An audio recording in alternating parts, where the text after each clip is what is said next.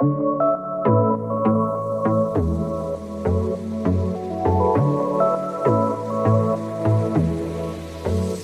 everyone. Welcome back to the Nuance Needed podcast. I'm Amanda. And I'm Sam.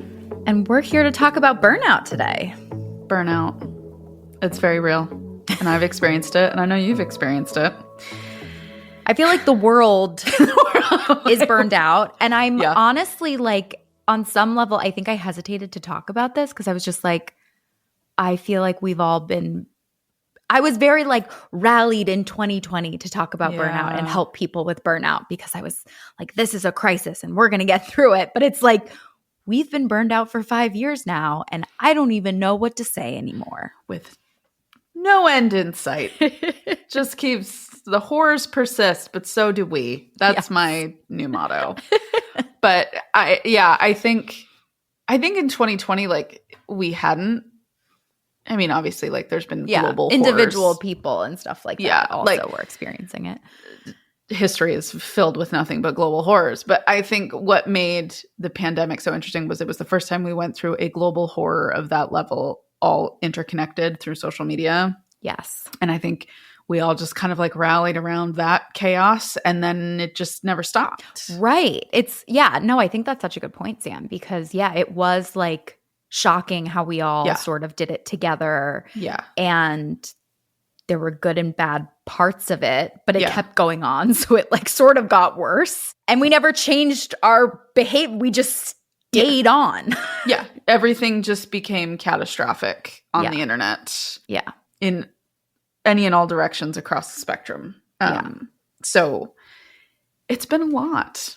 Yeah. And now it feels like it's gotten worse since, I don't know, I would say January 20th, maybe the 19th, depending on how people felt. But like, regardless, I think it's been a very, very rough couple of months. But anyway, that's at like a larger macro scale. Well, I think the other thing is that I remember writing this piece of content in 2019 before the pandemic started, which was like, we are not meant to be connected to billions of people. No, we're not. Like our brains are not wired that way. Literally in evolutionary psychology, there's a concept. It was made up by someone named Dunbar. So there's this, it's called Dunbar's number, where essentially – I think I've heard of this. You probably have. Yeah. We are like meant to be in contact with a max of 150 people total. Oh, good God. So if you look at that and you look at what we're dealing with, it is so different. And I say that also because, again, I said that in 2019. And I'm just like, I don't even know now what to say. Because there's nothing to say. Yeah. But I think that gives perspective as to why all of this feels so particularly hard and overwhelming. And I do have a point, I think that is like related to that. I thought we would get to it like later in the episode, but let's just dive right in. I find part of the issue, and I think if I remember correctly, I think I've mentioned this maybe in other episodes, but what I find like particularly overwhelming about social media is you're not getting information, you're getting interpretations of information. Something that has been really crucial to me in the last couple of months has been recognizing that there is a very distinct like line that I've needed to draw between like factual based information versus someone's opinion on the information and their opinion of what that means or doesn't mean. Yeah. And if they are not an expert in that thing. Yeah. Right? If they are just the average Joe putting their spin on it, I have had to really disconnect from people that share those thoughts because I've noticed it really adds to my anxiety and it adds to like my own sense of paranoia of kind of questioning like, I didn't think of it that way. Like, what don't I understand? Like, oh my God, I didn't think it was that bad. And I have like a very select number of accounts that I now go to for news. Yeah. And anybody else, I just kind of blow past because I did really make that realization. I'm sure a million people have made this before me and since, but that recognition of it's not always like information that you're getting. Yeah. Like it's just opinions. It's just a constant flow of opinions, and it's but that so is much. the problem with the internet, right? Like what comes to me is like what Chapel Roan said on like the Call Her Daddy podcast like a couple weeks ago. Right. She said very little. Very little. She said like, my friends who are moms seem miserable and no one sleeps and they look dead in their eyes. And honestly, number one, I don't blame her. But even if I did, that's her opinion of her mom, like of her friends who are moms and whatever. Yeah. And again, it's like the internet just does what the internet does, which is it wasn't even about that. Right. It was about the internet's backlash to it and the backlash to the backlash to the backlash to the backlash. And maybe I contributed because I said I didn't care about the backlash. But so I was adding to the noise. But that's exactly right, Sam. We're not just getting data or pieces of information. And sometimes it's because it's very complicated. And if someone just told me, I can't even think of an example, give me a government example that I probably don't know. Someone did this. If the president were to implement martial law. Yeah, I don't know what that is, but I think he did implement it, right? No, he didn't. Okay. People are speculating on it. People think he's going to, but he's not going to. The Insurrection Act versus martial law are two different things. Right? People aren't saying that, which is actually a great example because I literally thought that was already happening because I've seen that so much. No, it's not happening. So at least right now in this moment. I don't know what's going to happen when this releases. I don't know what's going to happen in an hour. I don't know. But for right now, we're not under martial law. Yeah. As of this recording on April 14th, we are not under martial law. But yeah, you don't actually see the data. You see, And I've thought about it a lot as opinions, but just you saying it's their interpretation actually really helped me get a little bit more space from it. Because that's something I do with clients all the time and myself, right? Like one of the most powerful things you can distinguish for yourself is what happened and what is my interpretation of what happened? What is the story I'm telling myself that happened? Like we got one negative comment on our episode and the story I made up to walk everyone through this, the story I made up is that we were doing a bad job and the positive things we were doing was outweighing the negatives. And I asked people to leave us a review and only a negative person left us a review. Yeah. And maybe we should just give up.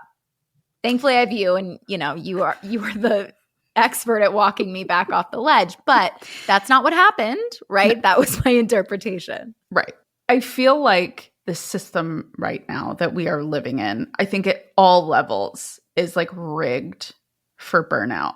And I think it's why like there really wasn't any other place for us to start other than I think the macro, because I think just calling attention to the fact that it is so disastrously messy and uncertain right now, which is adding to all of it. And I think a lot of the stability that felt so guaranteed. Yeah. Like I think particularly for those of us that are living in the United States, I know we actually have quite a few international listeners. So if you guys feel the same, this is obviously for you too. But I think for those of us living in the United States, I think we have very much taken for granted how lucky we have been over the last 248 years that this hasn't happened yet. Yeah. Meaning having somebody that's coming in and really trying to push the boundaries of executive power and seeing how far they can go. And, this person that is really like trying to fundamentally change the way we do things. And I think in the United States specifically, speaking with my clients, seeing followers who are asking me questions and DMing me and just in my personal life, I think that's what's causing so much overwhelm at a baseline. Then you add in everybody else's individual circumstances of things that are happening in their life. And it's just like, it's just a lot. Like it's all a lot right now. And this era of time that we're in is overwhelming. No, I think that's such a good point too, Sam, because I think one thing I'm realizing also is that I used to not question whether courts – I mean, we started seeing the degradation of the Supreme Court, a few years ago. 2022, yeah. Right. But like, literally waking up every day and being like, what is going to, actually happen? And will these – it's like watching, a train coming off the tracks and praying to God that the guardrails will hold. Yeah. Where I used to just complain about the train being late to where I wanted it to go. Yeah. Exactly. And that is different. Waking up and literally being like, is this going to be okay? Are the guardrails holding? Is a different level of having to think like more deeply. Yes. Yeah. Having to be like really considerate of your life. Yeah. With that said, we wanted to share like our personal anecdotes of how we've managed different seasons of burnout in our lives. And then we were going to get to some of your questions. Yeah. As well. So we went really big. Now we're narrowing it down. Yeah. So Amanda, would you like to go first? Sure. So I've had different periods of my life of being burned out for sure. I think I'm still trying to figure out what the right balance is. And I think one thing that people really misunderstand about burnout is it's not finite. Like our needs, our energy, our availability, what's on our plate really changes season to season. And that I think is something that is very chronically not identified as part of burnout. Where, you know, if something personal is going on in your life, like in my current season of life, my mom is undergoing like chemo and has very serious cancer. So my like emotional availability is like very different. Yeah. So I'm very mindful of what that capacity looks like and very mindful of like what drains me in that capacity compared to I have a lot because I'm so like fragile, like emotionally right now. I have a lot of capacity to do more like mindless, I think, things. Maybe I'm getting too granular in this, but I think my recommendation and what I do is I really try to look at my life in different buckets of what are the different things that fill me up and drain me. If we look at it like emotionally, if you look at, you know, if you're a parent, what kind of child responsibilities do you have? What phase of parenting are you in? Because some are much more intense than others. Obviously, if you have, depending on whether you're single or whether you're partnered, that's going to impact. Dating is something that really drains people's batteries. If you've moved, if you're having to make new friends, if you've gotten a new job, like change is something that really, really burns us out or uses our capacity. Essentially, burnout is you've overused your capacity.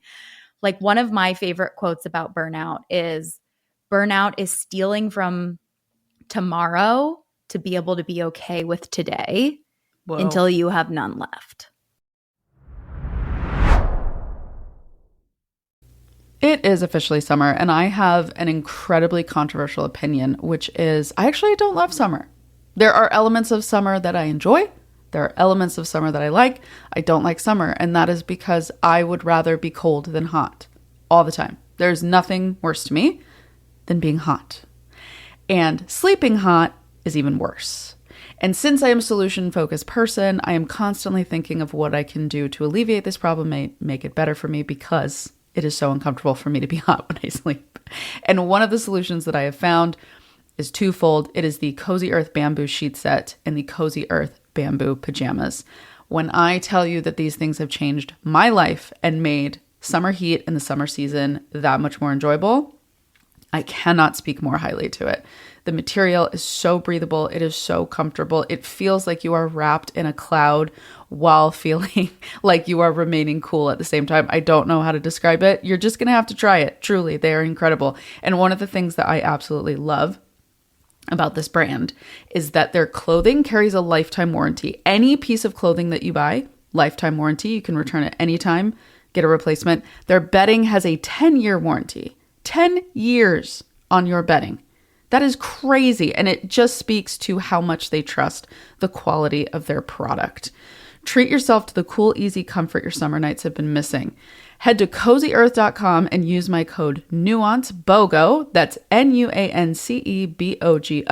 to buy one, get one free.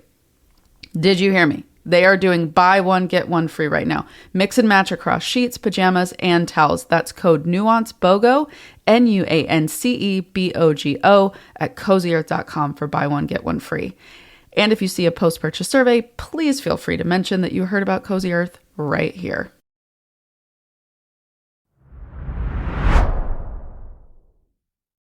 I don't know if anyone's seen The Substance. I know you haven't. It's a very intense movie that I honestly don't even recommend anyone seeing.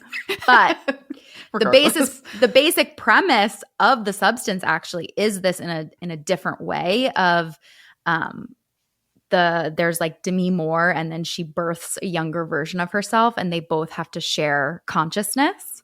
And they have to switch every 7 days. And the younger version of herself like steals from the older version of herself to stay conscious for more days.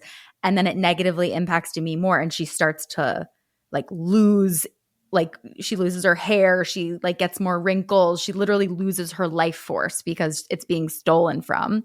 So it is kind of this interesting metaphor of you are sort of stealing your future life source to be okay today. Well, everything has a cost. Yes.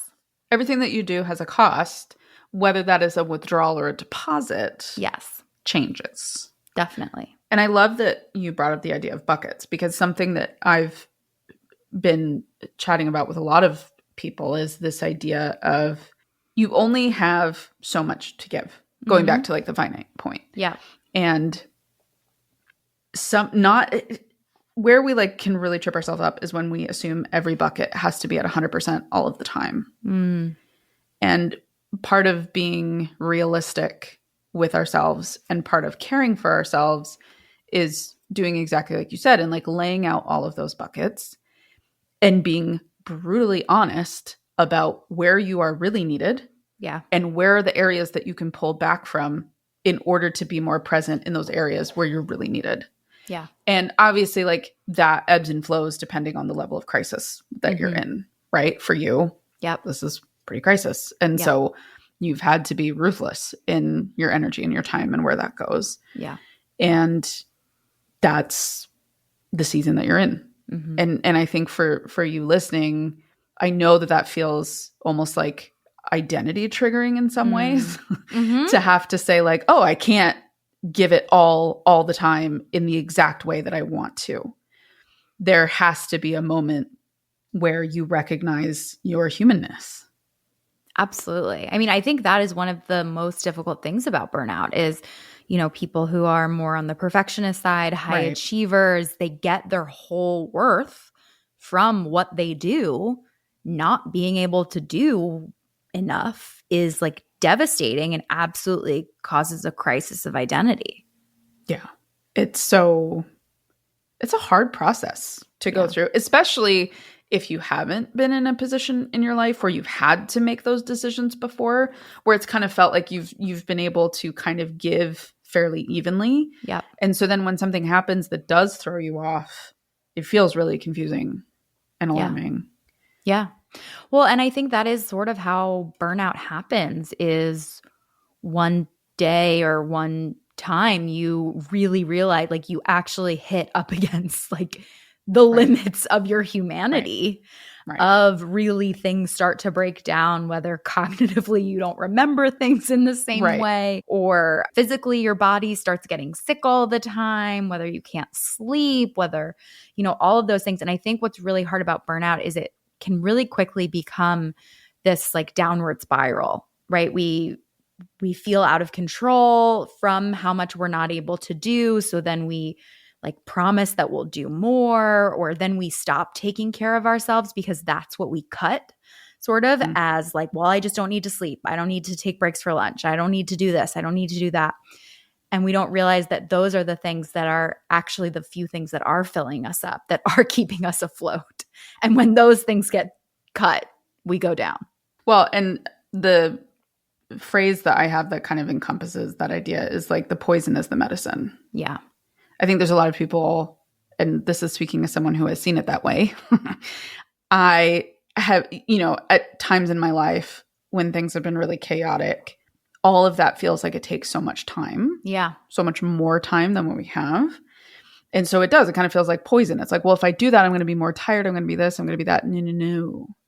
That is, in fact, the medicine. That is the medicine that gives you the floaties to keep floating for forever. Yeah. Yeah. And it's noticeable when you stop doing those things. Yeah. Yeah.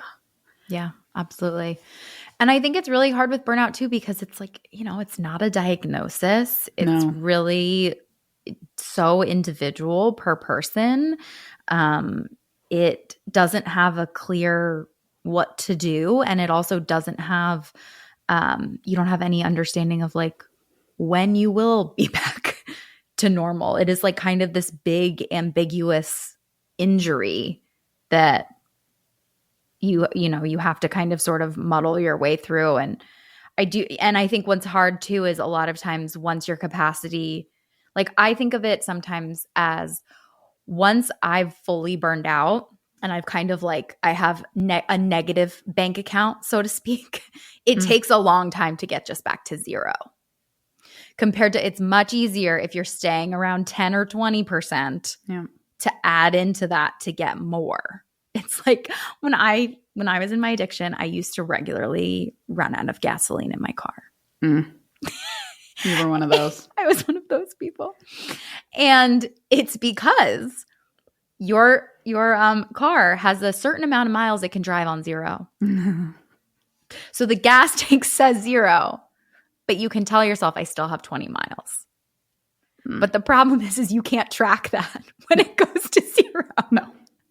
So you think that you have more time, but you're not paying attention to how much you're driving, and then you run out of gas. I too have played that game, so I can't. Surprising to me. I can't play figured. Well, I would know like how far I had to go, like when I hit zero. I would be like, me too. Okay, like and then each car was different, also because I've run out of gas in multiple cars. Oh, I didn't do it in multiple cars, but yeah, I would do it in my car. I never lost, but I have since stopped playing that game. Yeah, because I did break down on the side of the freeway like 2 years ago, and I had a full-blown panic attack, and I got so freaked out. Well, because I was driving home from the hospital, so it was like midnight. I was on the freeway. There was like barely like shoulder to be on. And my battery essentially died while I was driving. Oh my God. And so my lights were starting to die. So like my, the flashers, like the emergency, whatever, they were starting to die. And I got so freaked out. I called the police twice. The first time I was like, can you come get me? And they were like, okay, yeah, we'll send someone to you. And then like 10 minutes go by and I wasn't seeing anybody. So I called them again and I was like, are they on their way? Like, I'm just really scared. I can't believe they came for you. Yeah. He came and he jumped my car. He had like a battery pack. Wow. Basically because I woke my dad up at 2 a.m. crying as a 33-year-old grown woman. And I was like, Dad, what do I do? And he was like, I'll call the cops. And then I'm like, okay. But we're okay now. So speaking of breaking down. Yeah. I broke down. Yeah. Tell us. After the hospital. Well, before. Way before. And for my dear coworkers who are listening to this, y'all are the real ones. You saved my life. That job was like really, really hard for me. And I spent a lot of time trying to justify why it wasn't. And it took a big toll on me. And one day we will do, I'll do the tell-all, if you will, episode where I'll really get into it. But there were so many factors that went into the struggles that I had with that job. Yeah. It was not the death and dying was a massive component of it. Yeah. And the demands and the acuity of the patients were a huge part. But there were a lot of systemic issues. And a lot of the doctors that I worked with were just dicks. Yeah. Like a lot of them were really, really rude and belittling and demeaning. And I have names. I'm not going to name them. But there are like 4 that stand out in my mind of people that made life really difficult and weren't fun and weren't enjoyable. And something that was really hard is I felt, and I stand on this to this day, and I tried really hard to advocate for this while I was there, but the needle didn't move. I felt that our position as clinicians, master's level trained clinicians, was in no way respected as a clinical role. Yeah. we kind of, our team was like the dump all for everything that people didn't know what to do with. And people would be like, can you get this person a cab? Can you get this person a bus? Like just these things that weren't clinical roles, but we had all taken on because therapists and social workers are really bad with boundaries. And we're like, I just want to help people. And I realized like, no, I actually don't care about helping this person because they won't help themselves. And they've been in here 6 times and the conversation hasn't changed. The resources haven't changed. Why am I meeting with this person again? And why are we validating why they're coming to the ED over and over and over again without doing anything to take advantage of what's available to them? Yeah. And I would say that. And it was kind of this like, oh my God, you're so rude, like type thing. So like combine all of that like systemic stuff with watching people die. Yeah. And telling people that their loved one had died. Yeah. And like some of the worst moments for me would be when the patient had died before the family got there. Oof. Yeah. And my job was I would have to go out to the lobby and like say, oh, are you here for so-and-so? And they'd be like, yeah. And I'd be like, okay, like follow me back. The doctor would like to chat with you. And I would like bring them back to the room. And the interesting thing is like, even now, like talking about it, like I can feel my stomach like getting tight, like remembering that like there were a couple of situations where in my mind, I knew like it's every death is devastating. Yeah. Every death is devastating. But there were some that I knew were just given the situations were like particularly brutal. Yeah. I would just like, I remember like walking back and being like, this is the last time they will feel normal. And I would be in the room when they found out. Some of the doctors who sometimes were residents weren't very good at it. And, you know, sometimes we would have to like essentially like translate or kind of like guide the doctor through it. Or, you know, we would end up like helping kind of think of questions that maybe the family wasn't thinking of in the moment or trying to understand things, whatever. And literally like the physicians would leave. Yeah. They were in the room for maybe like 30 seconds to a minute. And then they're gone. Yeah. And it was up to us to like pick up the mess. Yeah. And I just got so tired of feeling like I had no control over what my role was. I was at the beck and call of all of these physicians, and some of whom didn't care to understand what my role was or be supportive of what my role was. And the moment that like, there's a moment that like really broke me. And it was a couple months. No, it was a little bit before that. It was probably like 6 or 7 months before I ended up leaving. There was a woman who had passed away in childbirth. And I ended up being the one to tell all of her kids that she was dead. Oh my God. And everybody that I thought was going to be there staff-wise to support me just left the room because it was such an emotional and heavy case and nobody really wanted to touch it. And I kind of ended up getting dragged into it. And it was this whole thing. And the 6-year-old grabbed my face and said, "You're lying." Oh, gosh.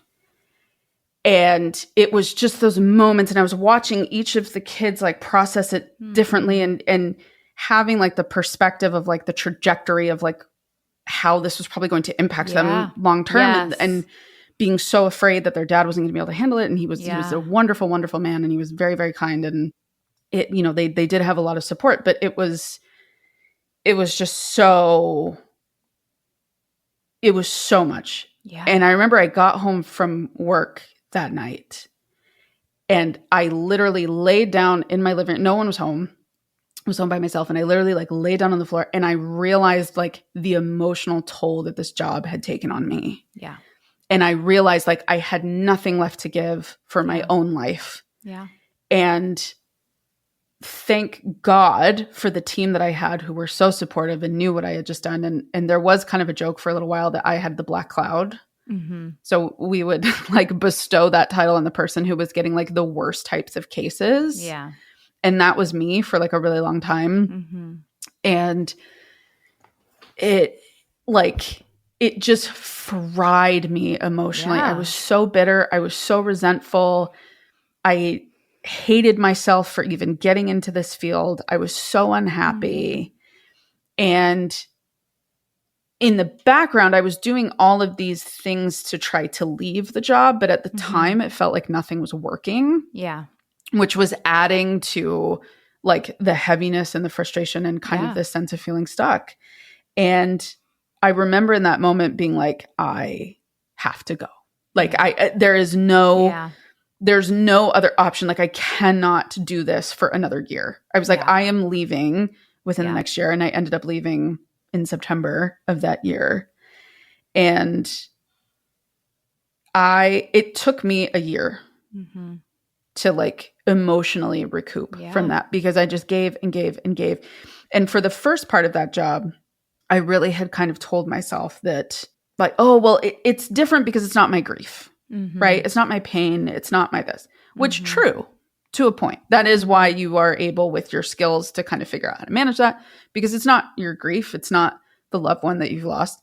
But seeing that over and over and over and over again, and being a part of that and propping somebody up while they're deciding to end treatment or pull the plug, sometimes on their child, on their spouse, like, and I'm literally standing there like holding them, and people are holding on to me. And it's just, I was at bedside when they would say goodbye, and you're going in and out of the room and you're seeing bodies all the time. And it's just like a different world. Yeah. And I realized that I had taken such poor care of myself. And I thought I was taking care of myself, but I really wasn't. What I was doing was I was like avoiding. Yeah. And so when I left, I had to do like a complete recalibration of how I prioritized my time, what taking care of myself looked like, what quiet time and recharge time actually looked like. And it's still like, it still impacts me today in some ways. Like I find myself sometimes like if someone needs something from me or has like a request, I find myself kind of immediately like, no, I've done enough. And I've had to really like check that and be like, no, like I actually want to be helpful to people. I just gave too much for too long. And because of the system I was in, I wasn't allowed to be boundaried. That was part of the problem, which by the way, the last 2 months I was there, I was a nightmare. The doctors would be like, can you go see Dave? And I would be like, no. Like, I was so bad. Like I was done. Yeah. We wanted to share really quickly that we have officially launched a Substack. It's called Nuance Needed. We got really creative with the title. We're just going to be posting all of our behind the scenes stuff there. We're going to have bonus episodes. I'm doing a lot of my longer pep talks on there, at least 2 a month. And you also don't have to pay, like you can pay to get that extra content, but we also are excited to just create community with you all. And we've gotten into just really cool discussions with listeners based on what they think. So we'd love to chat with you more. Yeah, we know people are really lonely right now. And, something that we really have always, Amanda and I have both always dreamed about doing is having more of a community of like-minded people where we can chat about things in depth and really get curious about what things mean and how we can apply it to ourselves individually.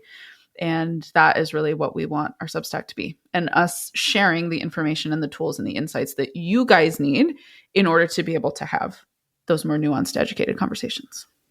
Absolutely. So join us at nuanceneeded.substack.com, and we'd love to see you there.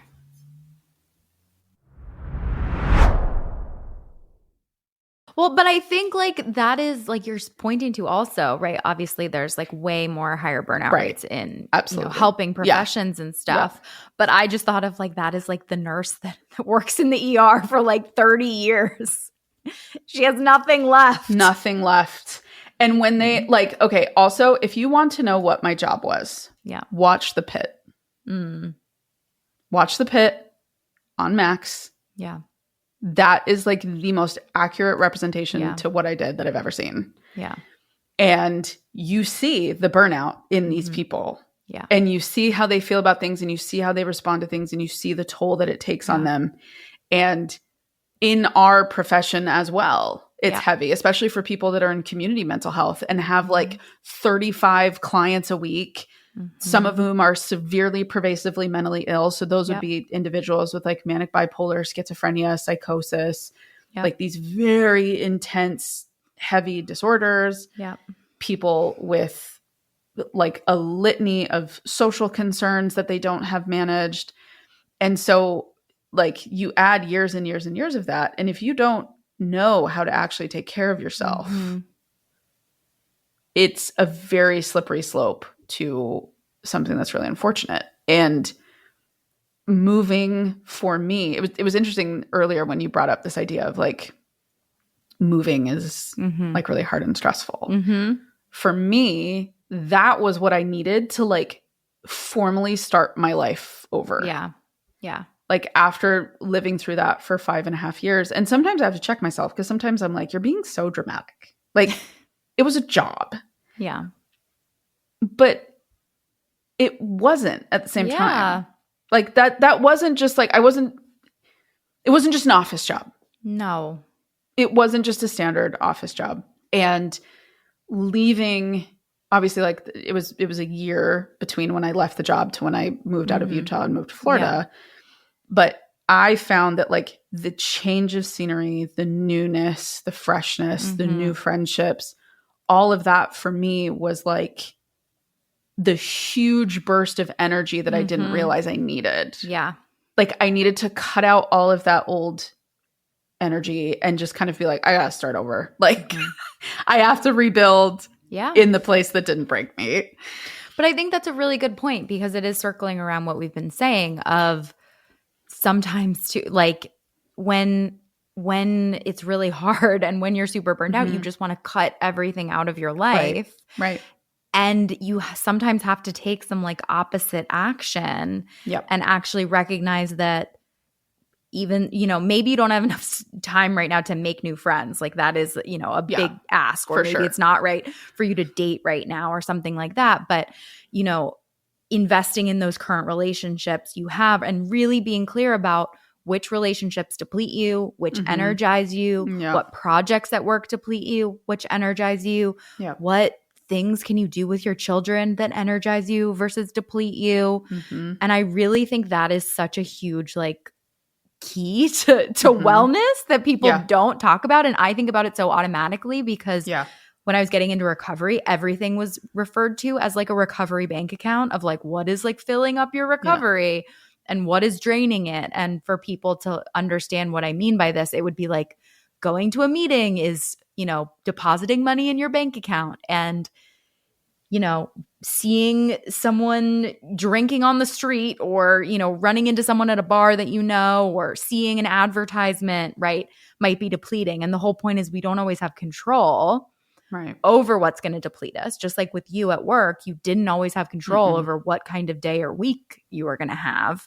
So you have to sort of preemptively fill yourself up to be ready for these like changes that might happen. Yeah.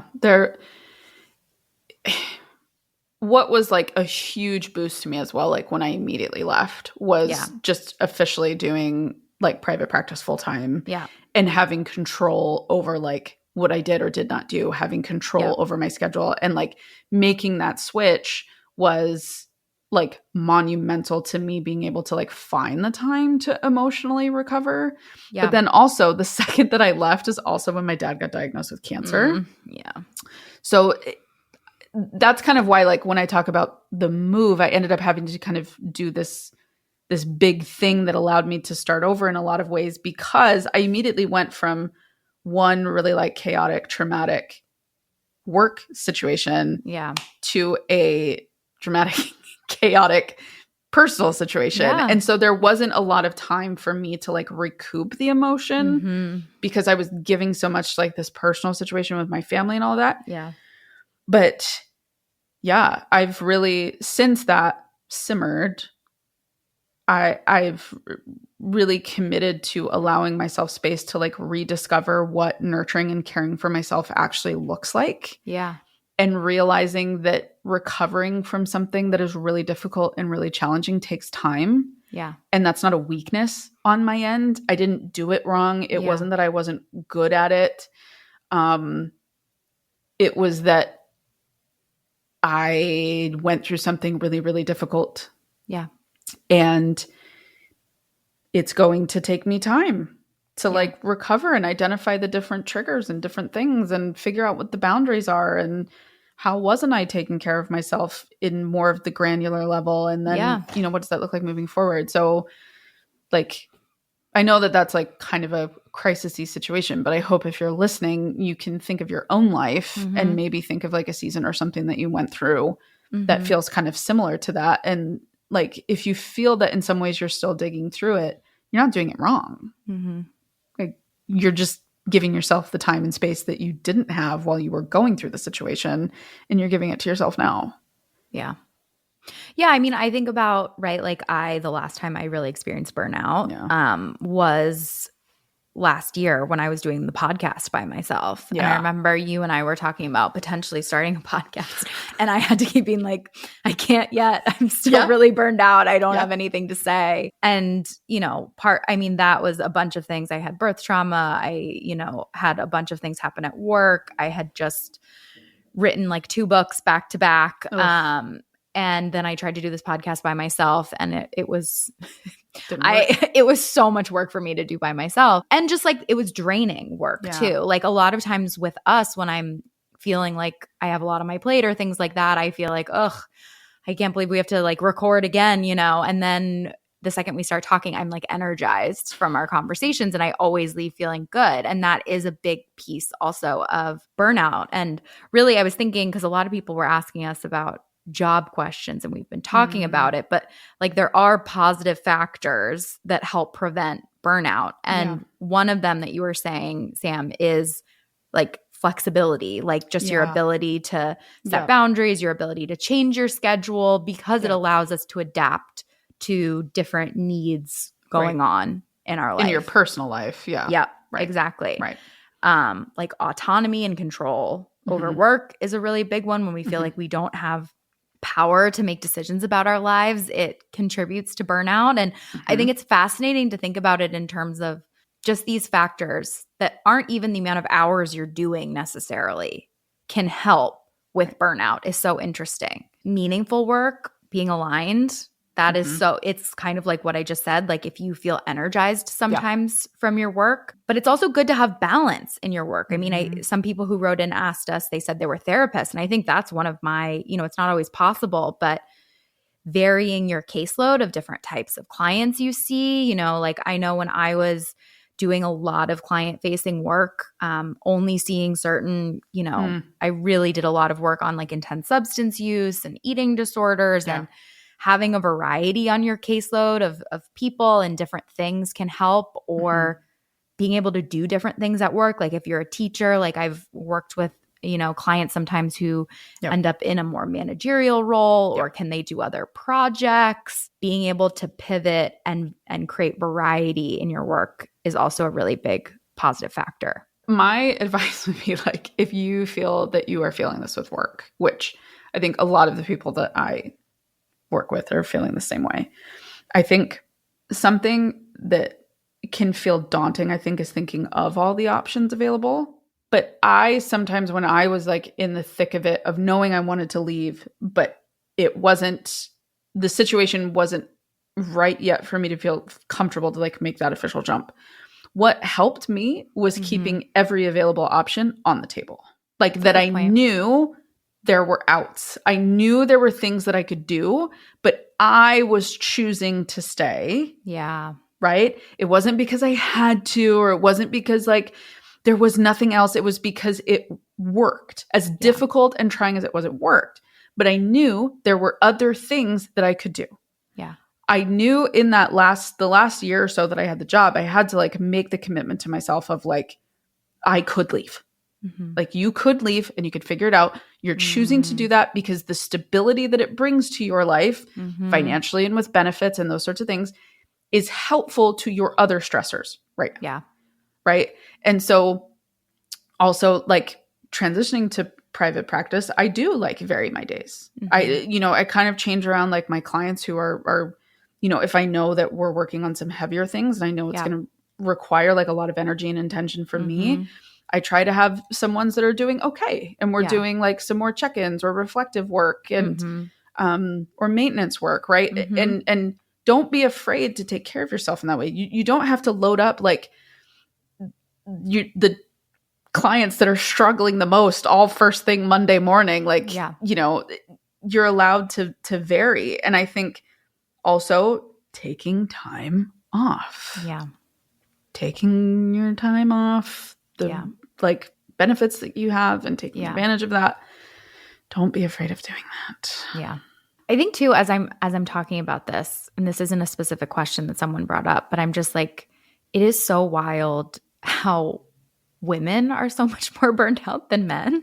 Oh my God. Right. And when we think about teachers, therapists, social workers, nurses, doctors, other caring professions. But even I was thinking about with the doctor who like the doctor leaves and you're doing right.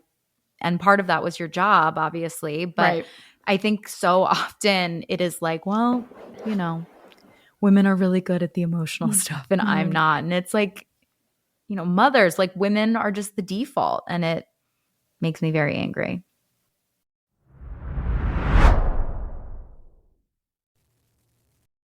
All right, if you're listening to this and feeling like something is landing, like you keep hearing yourself in what Sam and I are talking about, I want you to pay attention to that, because when that happens, it's not a coincidence.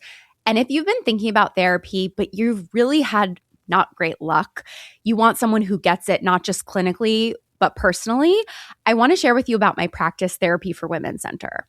All of our therapists have actually been through the things we treat, whether that's trauma, anxiety, eating disorders, parenthood.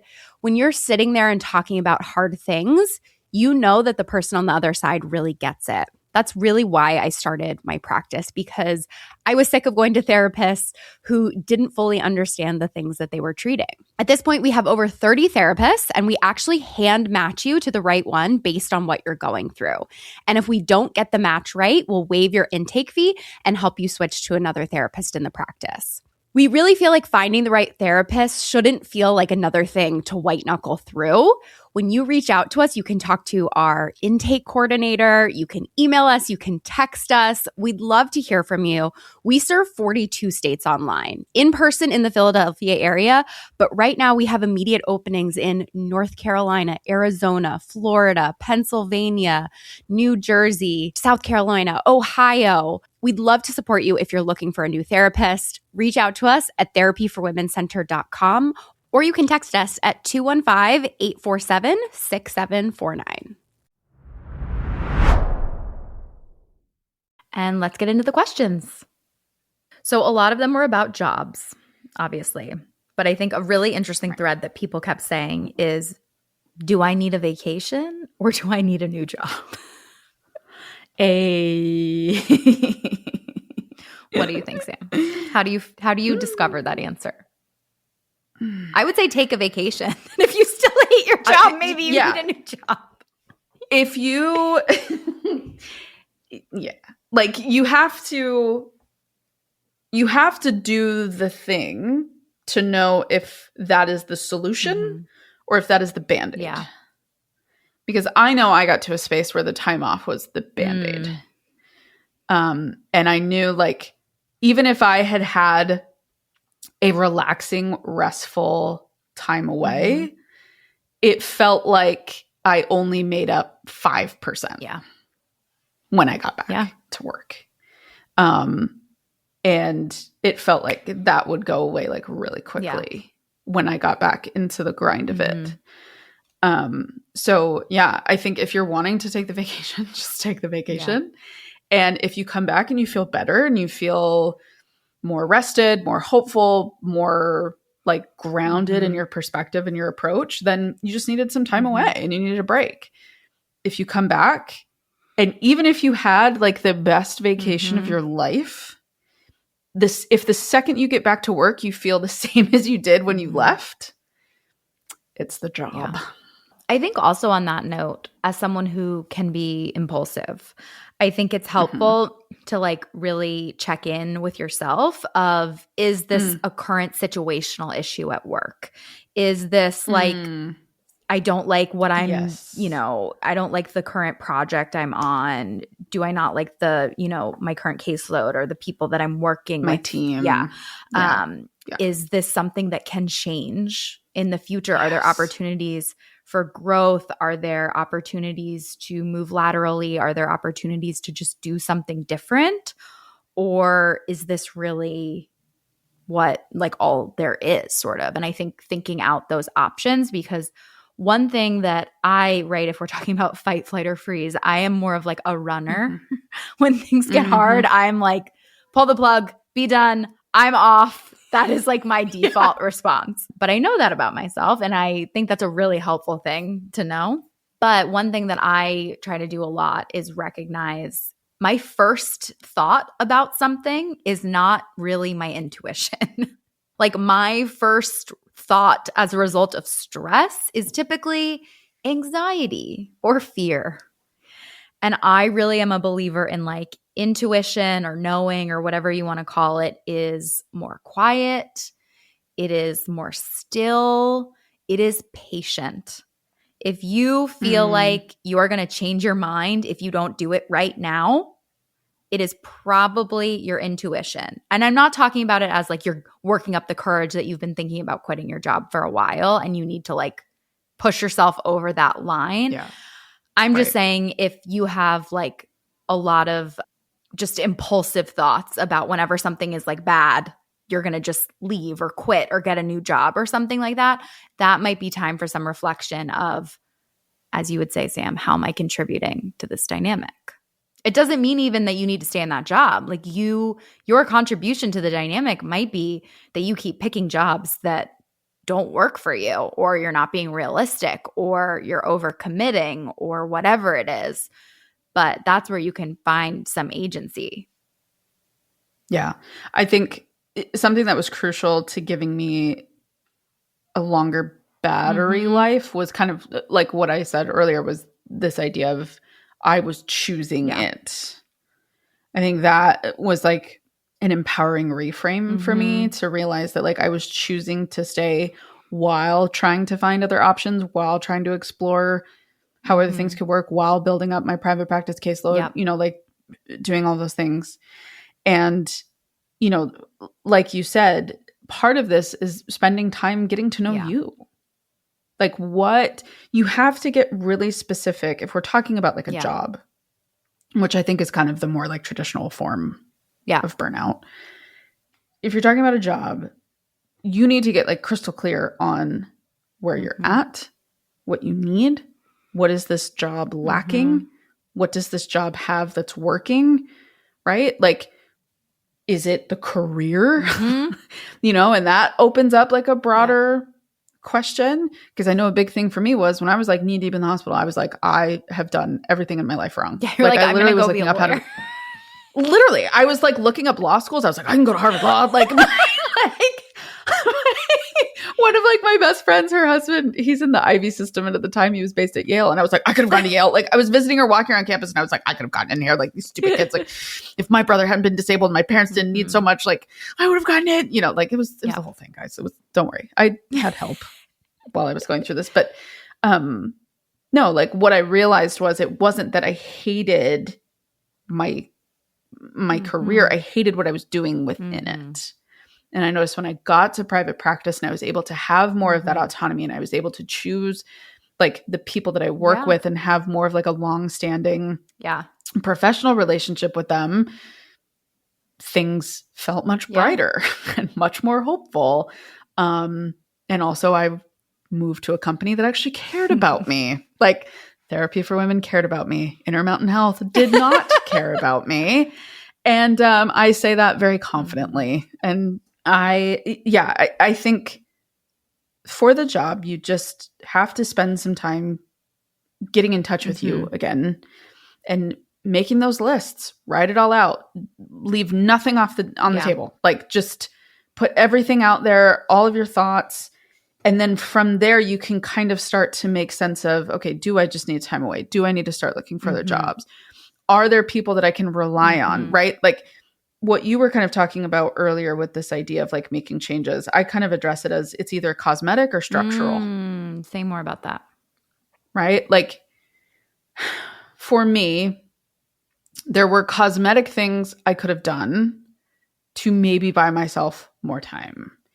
I could have structured my schedule a little differently. I could have moved down in hours. I could have been more picky about who I worked with because that made a big difference. You know, those were kind of like these cosmetic elements that are low-hanging fruit to actually change and make different pretty quickly. Structural is often when we're talking about the system that you're working in. So like not getting pay raises, even though they promised it to us. Not being able to change the inherent requirements of the job. Not being able to change where I fell on the spectrum of like, what's the word I'm looking for? Like respect, really, in the emergency room. Those are things that I can't change.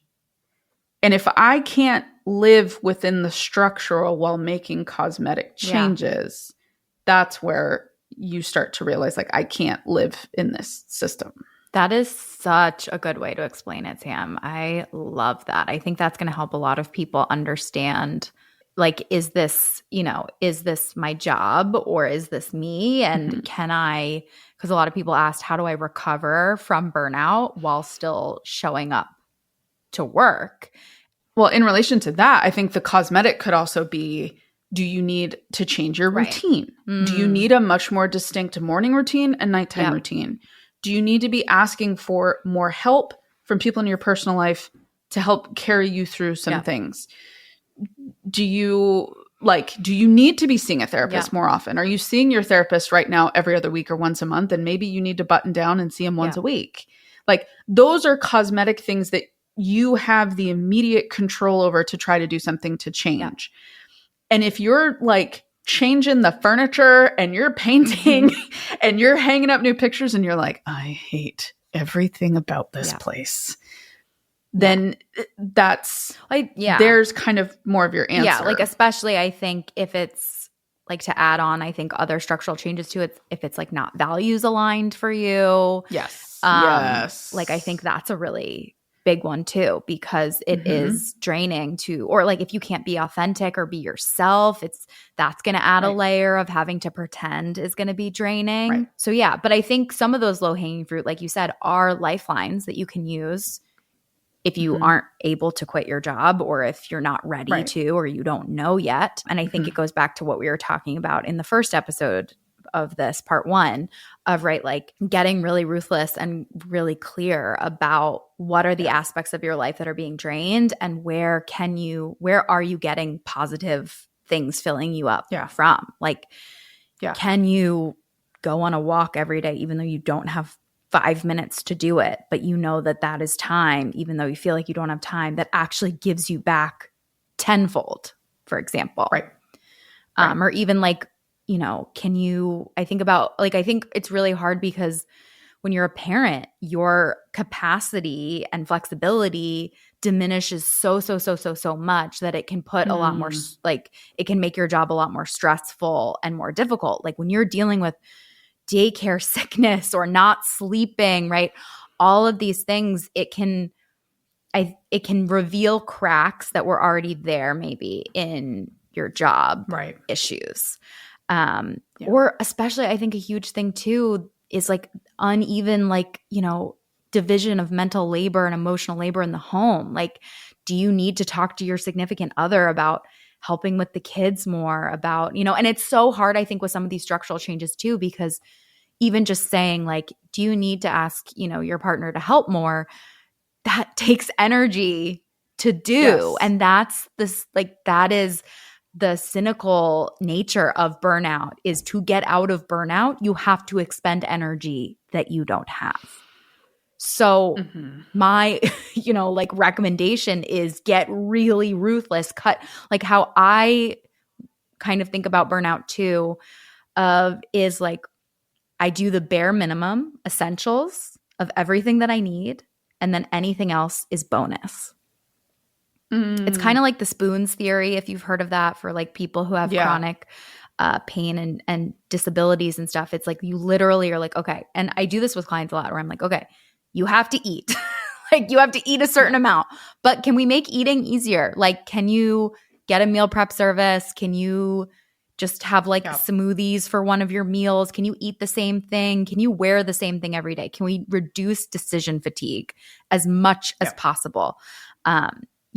If you have the ability to, what can you outsource? Can you get someone to help you with, a couple hours on the weekend so you can recharge, away from your kids? Can you, get Instacart to have your groceries delivered? Like thinking about the things that don't add value to your life and just drain you, if you can outsource them, trying to do that and really focus on the bare minimum that you need and dramatically lowering your expectations. Because I also think one thing we don't talk about enough is that the shame that you're adding to being burned out, the judgment you have about yourself, is a huge expense that you do have control over to stop breaking the cycle. It's very hard to do, but that is what's so insidious about it, is then we beat ourselves up about being burned out and not doing enough. And that is a lot of mental energy that we're wasting. The part specifically where you talked about kind of all of these different ideas of like, how do you make your life easier, right? I think, and this is what I'm about to say is something that I had to say to myself. So please know, like, I'm holding your hand while I say what I'm about to say. We oftentimes create barriers to change because we are so afraid of, exactly like you said, the effort that it will require to change. Yeah. Right. And there are a lot of really creative options that you could think of if you allowed yourself the time to think of them, that could maybe provide some solutions that seem really small, but might be monumental in your day to day. And I think going along with what you said of kind of like the shame, right? Listen, babes, if shaming yourself worked, you wouldn't be here.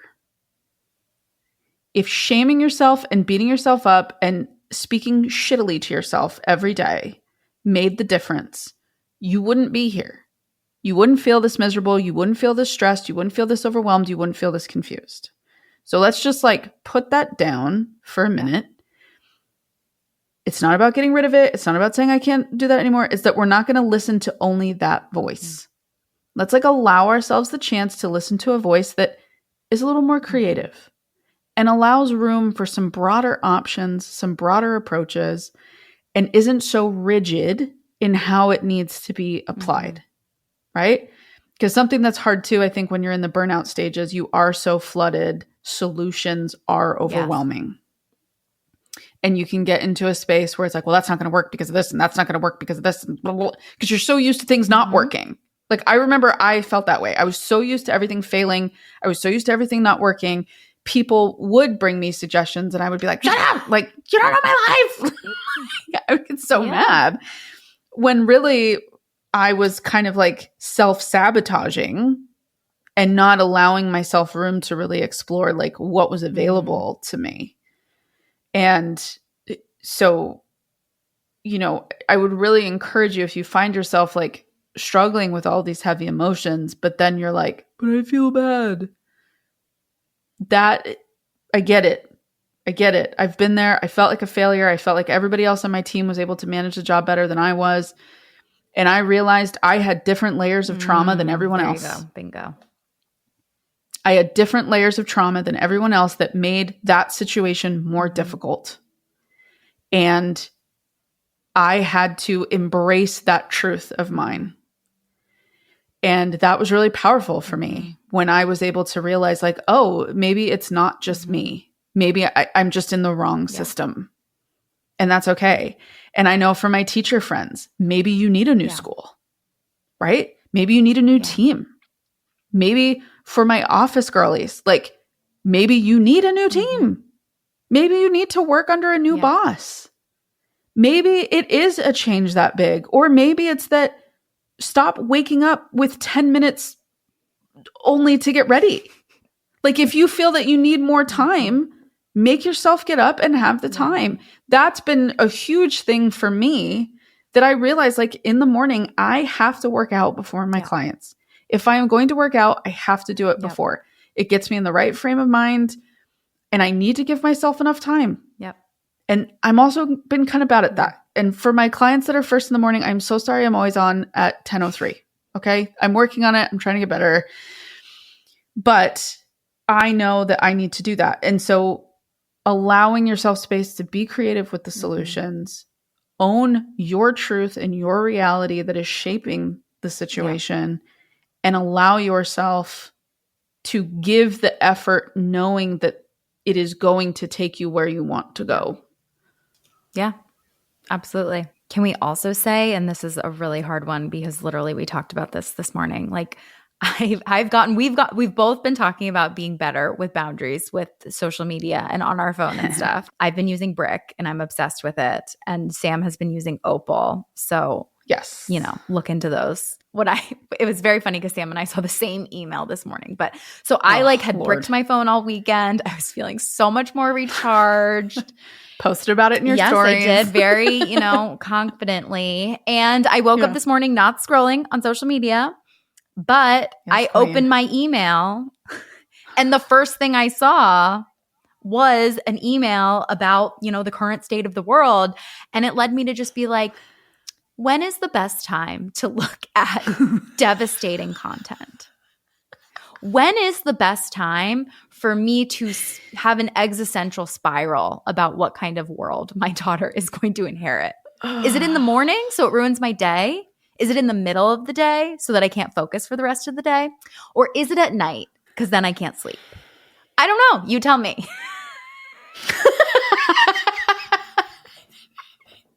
And that's the really hopeful note we're going to leave this on. No.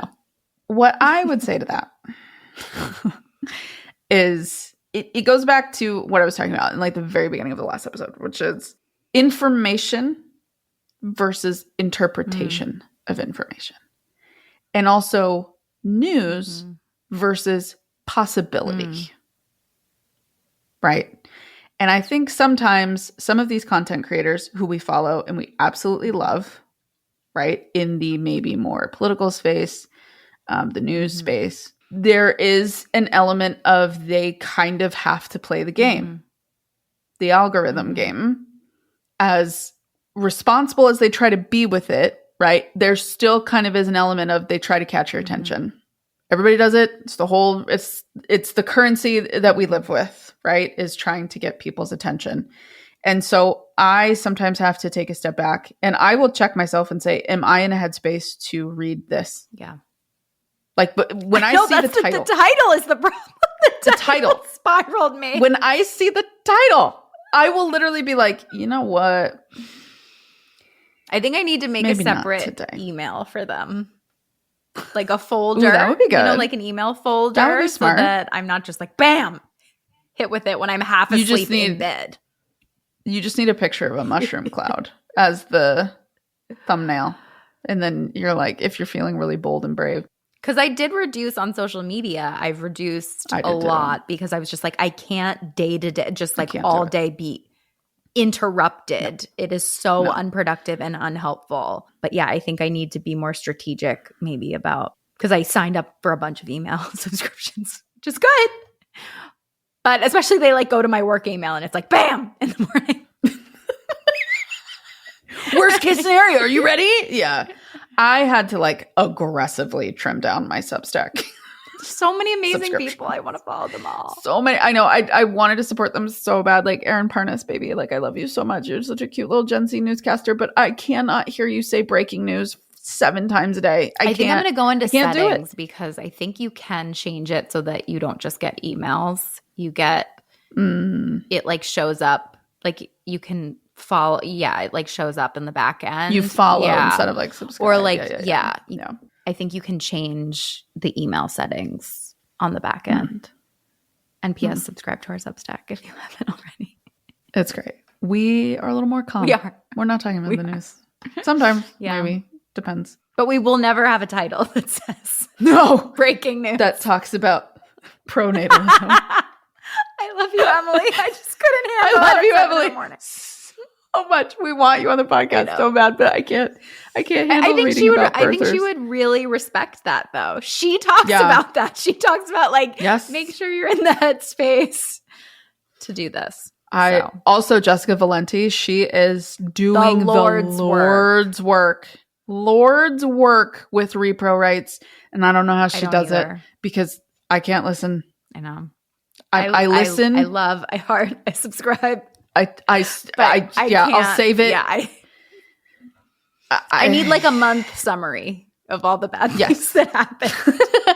Everything that went wrong in March. I do just enough to know what's going on.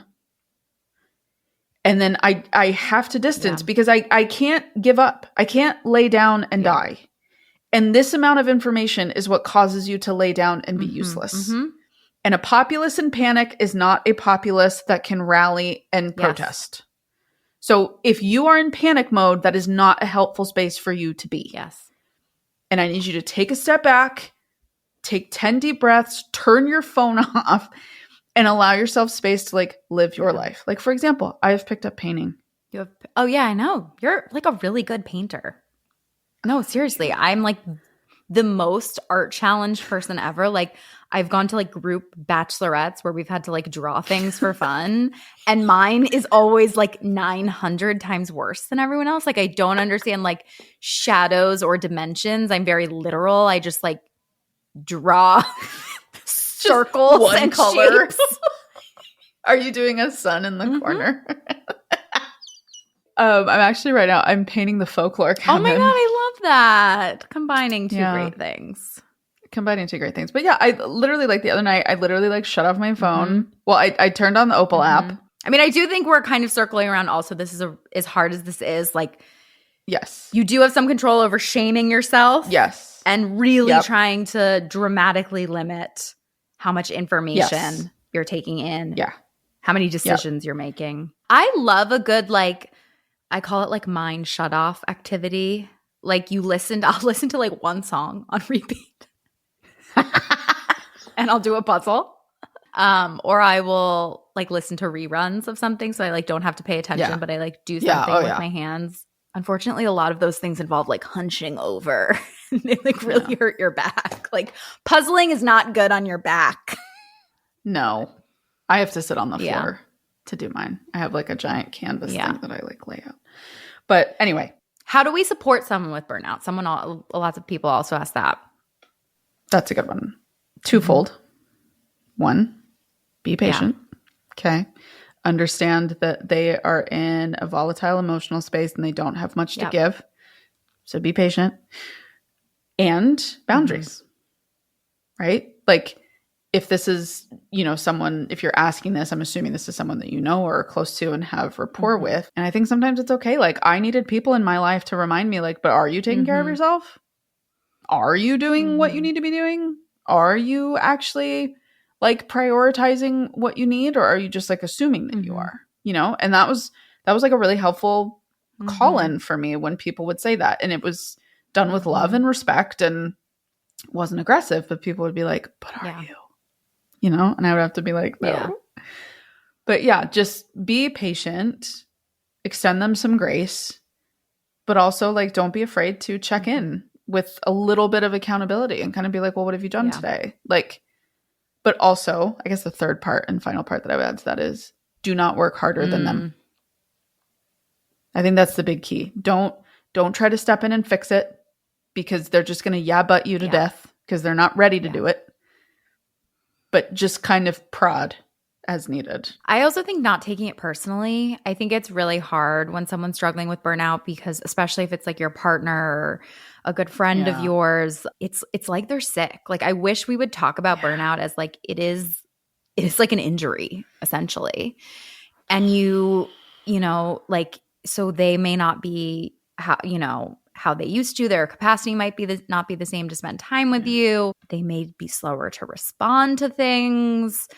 And I think you treat it just like if someone was injured, what would you do? You would like probably, send them food. You would maybe stop by. Yeah. You would, sometimes asking how can I help isn't helpful. It's, I like the strategy a lot of sort of, do something, send them something. And I'm sure, Sam, you could talk even more about this as like someone who has basically been a professional caretaker. But yeah, I think that not taking it personally, being compassionate are two important things for sure.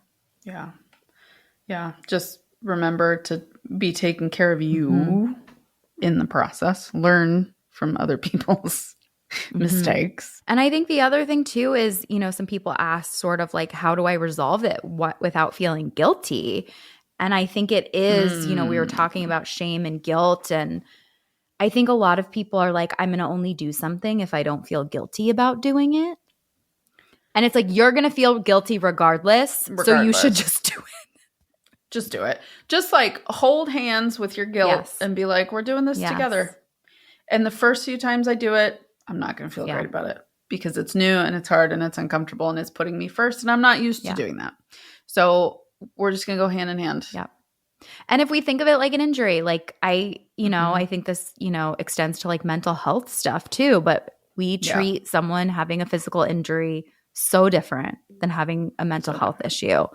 And, I think sometimes remembering that being like, well, if I had broken my foot, would I feel guilty for taking time off?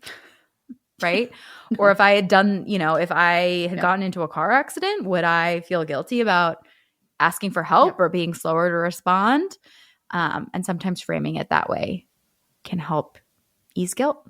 Well, we hope you enjoyed these 2 parts. We only had set out to do one episode, but you all had so many questions. And as always, we love, love, love hearing from you. So you can email us at podcast@therapyforwomencenter.com, or you can call us and leave us a message at 813-444-8683. We would love to be able to have enough questions that we could do a whole fun Q&A question episode. And also, as per usual, we are independent. We're doing this on our own little tiny shoulders. And so if you could rate, review, subscribe, anything that you can do to help get the word out, share with your friends, let them know, it would mean the world to us. Thank you so much for listening. We know there is, as we talked about, so much content in the world. So we are honored that you spent the last episode with us. Yeah. Thank you.